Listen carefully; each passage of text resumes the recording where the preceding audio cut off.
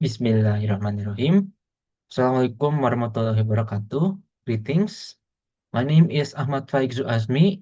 I am from the IUP class of batch 2024 with the number ID of student being 12,119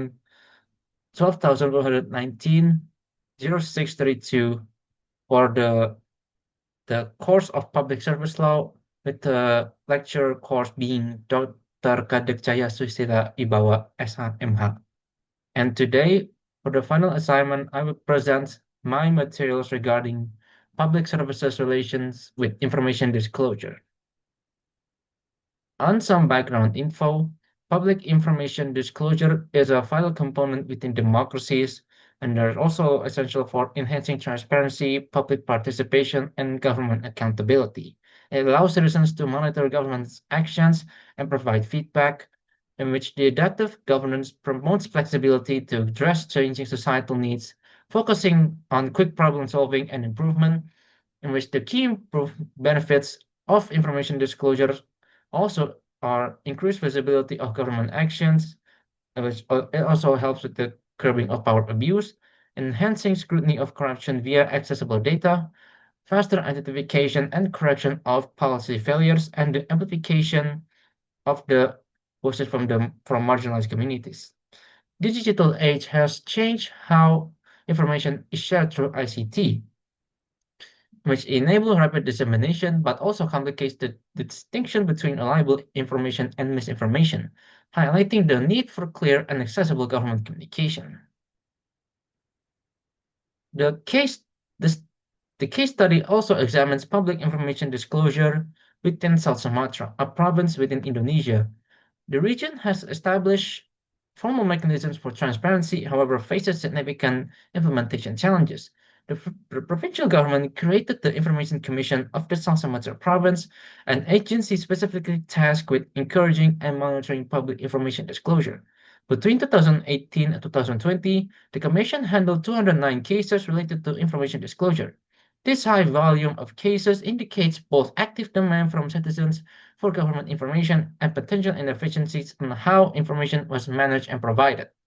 The case suggests that while legal and institutional framework for disclosure exists, practical implementation still exists and faces substantial barriers, in which the case itself also asks some regarding the research questions, being the public on how it was implemented, what the challenges and obstacles that are visible that hinders public information disclosure, and the recommended models.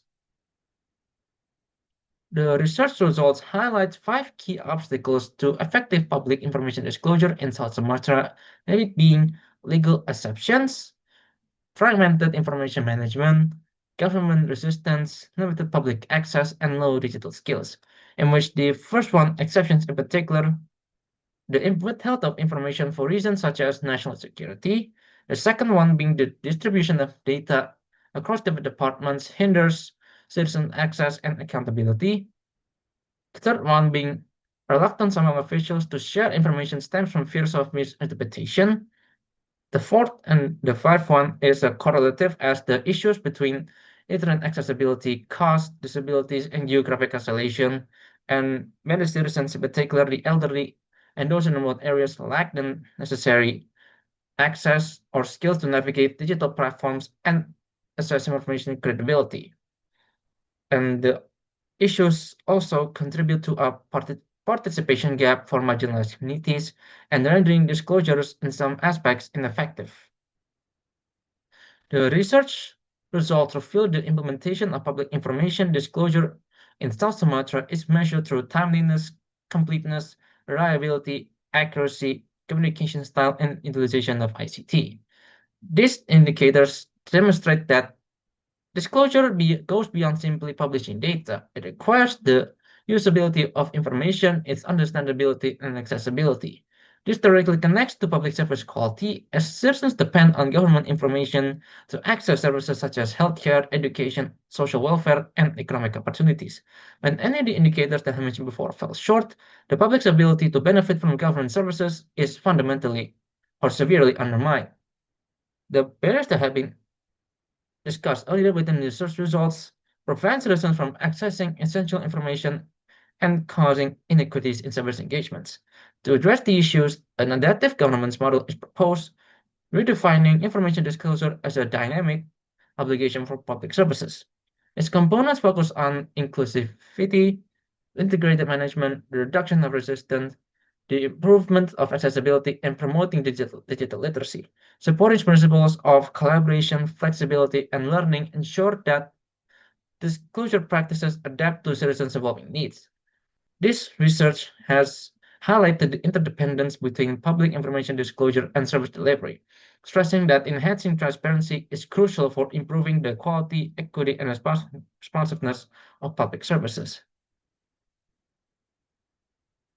All right, that is all regarding my presentation on the relations of public services and as well as information disclosure. Thank you all for listening throughout the presentation, and I'll see you on another day. Thank you. Assalamualaikum warahmatullahi wabarakatuh.